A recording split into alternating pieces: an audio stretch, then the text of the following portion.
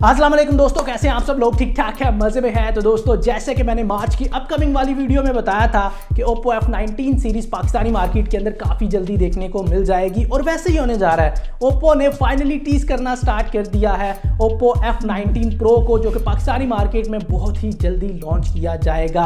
अब ये स्मार्टफोन कितना बेहतर होने वाला है OPPO F17 Pro से, इस वीडियो के अंदर डिटेल से बात करेंगे। आपको ये स्मार्टफोन लेना चाहिए, नहीं लेना चाहिए, किस प्राइस में लॉन्च होगा और कब लॉन्च होगा, डिटेल से बात करेंगे। लेकिन उससे पहले अगर तो चैनल के ऊपर नए हैं तो जल्दी से जाके चैनल को सब्सक्राइब कर लीजिएगा, बेल आइकन को जरूर दबाइएगा और वीडियो अच्छी लगे तो लाइक जरूर कर दीजिएगा।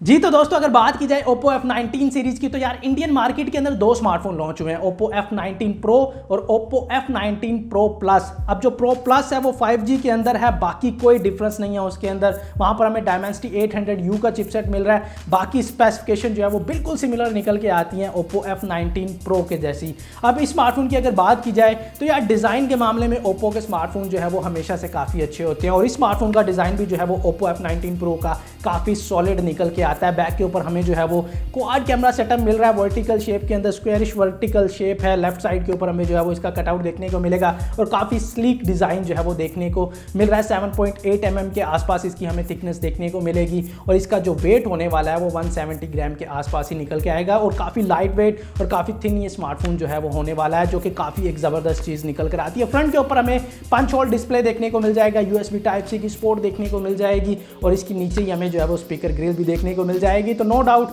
स्मार्टफोन देखने में काफ़ी अच्छा और काफ़ी खूबसूरत लगता है। इसके बाद अगर बात की जाए डिस्प्ले की, तो 6.43 इंचेस का यहाँ पर हमें जो है वो डिस्प्ले देखने को मिलेगा, जो कि एक सुपर एमोलेड 1080p डिस्प्ले होने वाला है। और अगर इसके रिफ्रेश रेट की बात की जाए तो हमें 60 हर्ट्ज का ही रिफ्रेश रेट देखने को मिलेगा, कोई 90 हर्ट्ज नहीं, कोई 120 हर्ट्ज नहीं, बेसिक 60 हर्ट्ज का इसका हमें रिफ्रेश रेट देखने को मिल जाएगा सुपर एमोलेड डिस्प्ले के साथ। अब डिस्प्ले और डिज़ाइन स्मार्टफोन का काफ़ी सॉलिड निकल के आता है। और अगर बात की जाए बैटरी की, तो 4300 mAh की यहाँ पर हमें जो है वो बैटरी की सपोर्ट जो है वो ये स्मार्टफोन प्रोवाइड करता हुआ नजर आएगा और इसके साथ साथ हमें जो है वो 33 वॉट का इसके साथ फास्ट चार्जर देखने को मिल जाएगा, जो कि मेरे ख्याल से एक अच्छा कम्बिनेशन निकल कर आता है। और अगर बात की जाए यार OPPO F17 Pro की, तो मेरे ख्याल से वो स्मार्टफोन जो है वो काफ़ी ज़्यादा एक्सपेंसिव था, और प्राइस था 50,000 से ऊपर जो है वो लॉन्च किया गया था और मेरा नहीं ख्याल वो बिल्कुल भी जस्टिफाई कर पा रहा था उस प्राइस टैग को। अभी स्मार्टफोन की बात की जाए तो मेरा ख्याल है ये स्मार्टफोन भी हमें जो है वो कुछ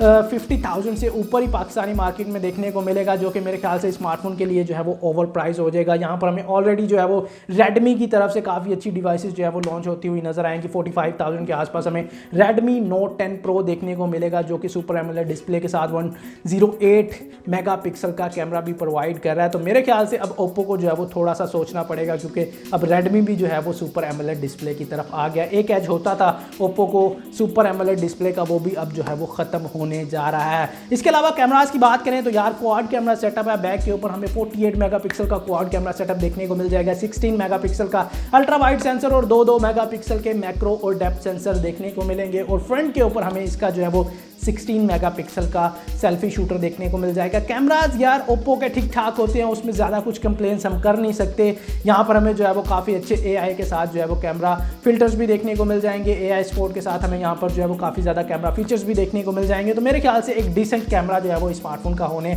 वाला है। इसके बाद अगर स्मार्टफोन की बात की जाए परफॉर्मेंस के हवाले से, तो यहाँ पर हमें जो है वो 4G मॉडल जो कि OPPO F19 Pro मिलने वाला है, उसके अंदर हमें MediaTek का Helio P95 का चिपसेट मिलने वाला है।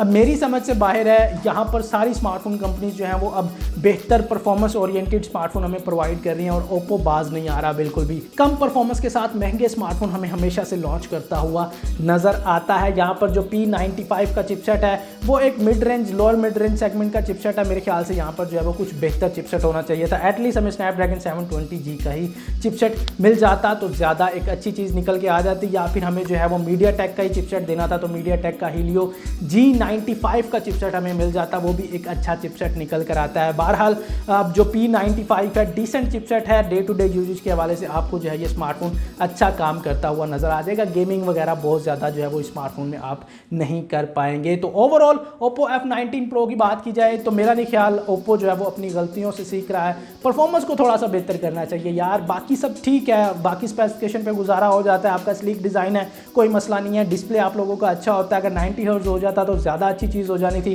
वो भी ठीक है। उसके बाद बैटरी की बात की जाए तो 4300 mAh की बैटरी है, यहाँ पर हमें 33 वॉट का फास्ट चार्जर मिल रहा है, वो भी एक्सेप्टेबल है, उसमें भी कुछ ज़्यादा जो है वो हमें मुश्किल पेश नहीं आएगी। अगर बात की जाए कैमरास की तो कैमरास भी अच्छे हैं, वो भी हम जो है वो उसमें ठीक ठाक किस्म के जो है वो परफॉर्मेंस देख लेंगे। और उसके बाद अगर बात की जाए इसकी एक्चुअल चिपसेट की परफॉर्मेंस की तो वहाँ पर जो है वो लैग करता हुआ हमें OPPO नज़र आता है। अगर परफॉर्मेंस में ये स्मार्टफोन बेहतर हो जाता तो मेरे ख्याल से एक अच्छी डील बन जानी थी 50,000 के अराउंड, लेकिन मेरे ख्याल से अब जो है ये स्मार्टफोन ओवर प्राइस जाने वाला है।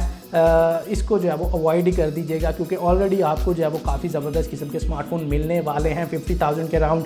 Realme 8 सीरीज़ भी आ रही है, Realme 8 Pro भी आपको 50,000 से ऊपर एक कमाल की स्पेसिफिकेशन प्रोवाइड करता हुआ नजर आएगा। स्नैपड्रैगन 730G के चिपसेट के साथ 108 का जो है वो 108 मेगापिक्सल का कैमरा जो है वो मिलने वाला है। उसके बाद Redmi Note 10 सीरीज़ का जो प्रो मॉडल है वो भी आपको मिलने वाला है इसी रेंज के अंदर। तो मेरे ख्याल है इसको जो है वो अवॉइड कीजिएगा और वेट कीजिएगा Realme 8 सीरीज़ का या फिर Redmi Note 10 सीरीज़ का। आप लोगों का क्या ख्याल है OPPO F17 Pro के बारे में, मुझे कमेंट्स बॉक्स के अंदर ज़रूर आप लोगों का क्या ख्याल है OPPO F19 Pro के बारे में, मुझे कमेंट्स बॉक्स के अंदर ज़रूर बताइएगा। इस वीडियो के लिए सिर्फ इतना ही। उम्मीद है ये वीडियो आपको पसंद आई होगी। अगर तो पसंद आई है तो लाइक ज़रूर कीजिएगा, चैनल को सब्सक्राइब नहीं किया हुआ तो चैनल को सब्सक्राइब कर दीजिएगा, बेल आइकन को ज़रूर दबाइएगा। This is Saif Rana signing out.